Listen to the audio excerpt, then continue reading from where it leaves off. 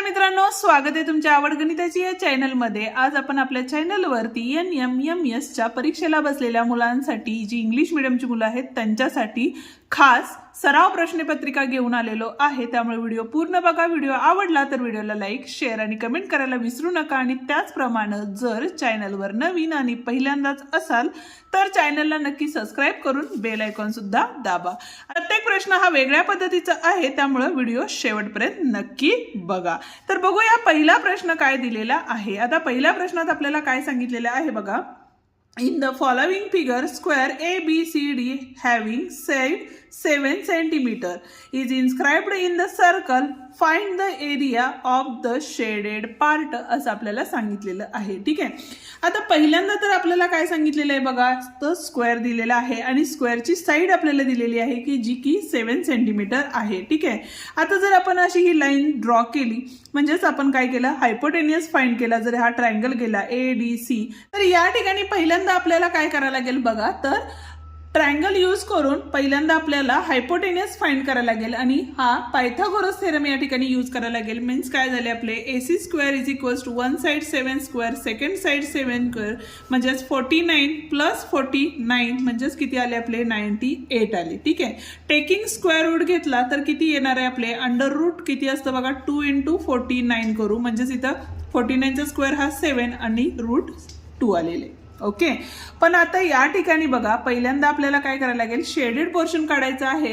म्हणजे area of काय करायला लागेल, स्क्वेअर सुद्धा काढायला लागेल। काय असतो एरिया ऑफ स्क्वेअर, तर side into side, side into side म्हणजेच किती आला आपला 49 आला। ओके, त्याच्यानंतर एरिया ऑफ काय करायला लागेल, सर्कल पण काढायला लागेल। काय असणार आहे एरिया ऑफ सर्कल, पाय r स्क्वेअर, स्क्वेअर म्हणजे r किती आहे आपली 7/√2 होती, पण हे काय होती आपली डायमीटर होती। आता रेडियस काढली तर इथं काय असणार आहे, आपण डिवायडेड बाय 2 करतो कारण डायमीटरच्या हाफ ही काय असते आपली रेडियस असते। बरोबर आहे, आपल्याला AC मिळालेलं आहे किती आहे 7√2, रेडियस काय असणार आहे त्याच्या हाफ असणार आहे म्हणून डिवायडेड बाय 2 केले। इथं काय झाले बघा, r स्क्वेअर म्हणजे 7/2 इंटू √2, 7/2 इंटू √2। ठीक आहे, कॅन्सल होणाऱ्या ज्या टर्म आहेत त्या कॅन्सल करा। इथं बघा ह्या 7 ला हे 7 निघून गेले, ह्या 2 ने डिवाइड केले, 1 आले। ठीक आहे, आता या ठिकाणी बघा 11 इंटू √2 इंटू √2 म्हणजेच किती झाले 2 झाले आणि हा एक 7 आहे आणि डिवाइड मध्ये हा 2 आहे, ह्या 2 ला हे 2 गेले, राहिले किती आपले 77। ठीक आहे, पण आपल्याला काय काढायचं आहे तर शेडेड पोर्शन काढायचं आहे। मग त्यासाठी आपल्याला काय करायला लागेल, ह्या सर्कलच्या एरिया मधून काय करायला लागेल, हा स्क्वेअरचा एरिया मायनस करावा लागेल। बरोबर आहे, इथं 77 आहेत। ठीक आहे, 17 मधून हे 9 गेले, किती राहिले आपले 8 राहिले। ठीक आहे, कॅरी ओव्हर दिला 6 झाले, 6 मधून 4 गेले 2 राहिले म्हणजे 20 इज द करेक्ट आन्सर्स, म्हणजे 4th option is the correct option. Okay, next question. आता या ठिकाणी बघा find the value of cube root of सांगितलेलं आहे आपल्याला आणि इथं दिलेलं आहे बघा, तर क्यूब रूट ऑफ काय सांगितलेलं आहे 1728 इंटू 4931 दिलेलं आहे। ठीक आहे, तर आता या ठिकाणी बघा आपल्याला कमीत कमी 20 to 30 पर्यंतचे क्यूब आणि क्यूब रूट पार्ट पाहिजेत। आता हा जो क्यूब आहे तो कशाचा आहे 12चा आहे आणि हा 4931 हा 17चा क्यूब आहे, म्हणजेच आपल्याला या दोघांची काय करायला लागेल, मल्टिप्लिकेशन्स करावी लागेल। 17 2 जा 34, 3 कॅरी, 17 1 जा 17 म्हणजेच इथे आले आपले 204। ओके, आहे का बघा ऑप्शन आहे, म्हणजे option 3 is the correct option. Next question काय दिलेला आहे बघा आपल्याला, तर या ठिकाणी 375x cube minus 81y cube. आता 375 हा कशाचा क्यूब आहे का, नाहीये, पण आता या दोन्ही संख्यांना डिवाइड होणारी संख्या कोणती आहे 3 आहे आणि इथं पर्यायामध्ये बघितलं तर इथं सुद्धा 3 कॉमन बाहेर काढलेलं आहे, त्यामुळे आपण काय करूया एक 3 कॉमन बाहेर काढूया। आतमध्ये काय राहिले बघा 3 1 जा 3, 3 2 जा 6, 1 राहिले, 3 5 जा 15 आणि हा x क्यूब मायनस 3 2 जा 6, ओके 2 राहिले, 3 7 जा 21 y क्यूब म्हणजेच काय झाले बघा हे 3 तर तसेच राहिले। आता हा 125 कशाचा क्यूब आहे तर 5x ब्रॅकेट क्यूब मायनस 27 हा 3चा क्यूब आहे म्हणून 3y क्यूब आले। इथं आता आयडेंटिटी आपण यूज करू शकतो, आयडेंटिटीचेही व्हिडिओ आपण आपल्या चॅनलवरती अपलोड केलेले आहेत, तेही तुम्ही बघू शकता। त्यामुळे इथं काय आले हे 3 आले, फर्स्ट ब्रॅकेट काय असणार आहे a मायनस b असणार आहे, सेकंड ब्रॅकेट काय असणार आहे, ए स्क्वेअर म्हणजेच काय आले 25x² प्लस ए इंटू बी म्हणजेच 5 3 15 xy आले अँड प्लस सेकंड टर्मचा स्क्वेअर म्हणजे 9y² आले. आहे का बघा ऑप्शन यामध्ये. 3 5x - 3y 3 5x - 3y सगळीकडेच तेच आहे. ठीक आहे. नेक्स्ट बघा इथं 25x² plus 15xy plus 9y² means option 3 is the correct options. Okay. आता नेक्स्ट क्वेश्चन्स काय दिलेले आहे बघा. Find the vertices of a solid figure having 12 edges and 7 faces आपल्याला दिलेले आहेत आणि आपल्याला व्हर्टायसेस काढायचे आहेत म्हणजे व्ही काढायचे आपल्याला. ठीक आहे. ई किती दिलेला आहे आपल्याला 12 दिलेला आहे आणि एफ किती दिलेला आहे तर 7 दिलेला आहे आणि इज इक्वल्स टू 12 हा आपला काय आहे फॉर्म्युला आहे. Means V minus E plus F is equals to 2 is the formula. ठीक आहे. आता इथे बघा V minus plus minus biggest नंबरचं साइन मीन्स इथे आले -5 is equals to 2 means V is equals to 2 + 5 कारण हे मायनस होते इकडे गेल्यानंतर प्लस झाले म्हणून व्ही इज इक्वल्स टू किती आलेलं आहे 7 आलेलं आहे. म्हणजेच या ठिकाणी fourth option is the correct option. Next question बघतोय काय सांगितलेले बघा. The sum of the 4 consecutive event numbers is 460 which of the following numbers will not be in these 4 numbers. म्हणजे 4 नंबर तर आहेत ज्यांची ऍडिशन किती आहे 460 आहे. आता इव्हेंट नंबर म्हणजेच काय असतात बघा. फर्स्ट नंबर x आला तर दुसरा काय असणार आहे x+2 नेक्स्ट काय असणार आहे x+4 आणि नेक्स्ट काय असणार आहे x+6 is equals to 460. First आपण नंबर काढून घेऊया. 1 2 3 4 म्हणून इथे आले 4x plus 6 + 6 12 is equals to 460. Then 4x is equals to 460 minus हे प्लस होते इकडे गेल्यानंतर मायनस झाले. किती राहिले बघा 8 आले. ह्याच्याला कॅरी 1 6 मधनं 2 गेले किती राहिले आपले 4 राहिले आणि हे 4 ॲज इट इज म्हणजे इथे आले 4x म्हणून x इज इक्वल्स टू 4 1 जा 4 4 1 जा 4 आणि 4 2 जा 8 म्हणजे नंबर काय आले आपला. फर्स्ट नंबर हा काय आला 112 सेकंड काय असणार आहे 114 नेक्स्ट 116 118 इज द 4 नंबर्स. आता यामध्ये ऑप्शन जर चेक केले तर 116 आहे 112 आहे म्हणजे राहिला काय तर 120 हा ऑप्शन नाही म्हणजेच काय असणार आहे is the second option correct आहे. नेक्स्ट क्वेश्चन बघतोय. आता या ठिकाणी बघा आपल्याला काय सांगितलेलं the product of a 2 3 digit numbers is काय सांगितलेलं आहे 5 3 1 2 5 दिलेला आहे आणि SCF आपल्याला 25 दिलेला आहे. आता SCF म्हणजे काय असतो तर दोन्ही नंबरचा जो कॉमन असतो तो म्हणजेच आपला SCF असतो. म्हणजे आपण इथं काय करूया 25A इंटू 25B करूया. म्हणजेच काय झाले बघा A इंटू B झाले आणि हे 25 मल्टिप्लाइड होते इकडे गेल्यानंतर काय झाले डिवाइड मध्ये गेले. ठीक आहे. आता डिवाइड करायचे एकतर स्मॉलेस्ट नंबरनी डिवाइड करू शकता किंवा मग बिगेस्ट नंबरनीही डिवाइड करू शकता.